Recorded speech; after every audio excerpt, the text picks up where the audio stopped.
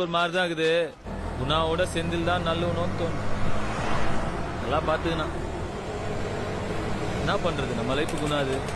விடுமாமா, எல்லாம் கேடி பசங்க தானே. பேசாத கல்யாணம் பண்ணிட்டு கொஞ்ச நாளைக்கு வேற ஏதாவது ஊருக்கு போயிடலாம். ஏன்டா போகணுன்ற என் கூடறா. இப்ப நான் தான்டா ஊரோட டாப்ல இருக்கிறேன். மத்த எல்லாவனுமே எனக்கு கீழே தான். ஆனா என்ன இந்த இடத்துல தூக்கின்னு வந்து வச்சவன் நீ. ரூட் எடுக்க ஸ்கெட்ச் போட்டது நீயும் வேலை, உள்ளே செட்டிங் பண்ணதும் நீங்க தானே. ஆனா குத்துந்து நீ தானடா.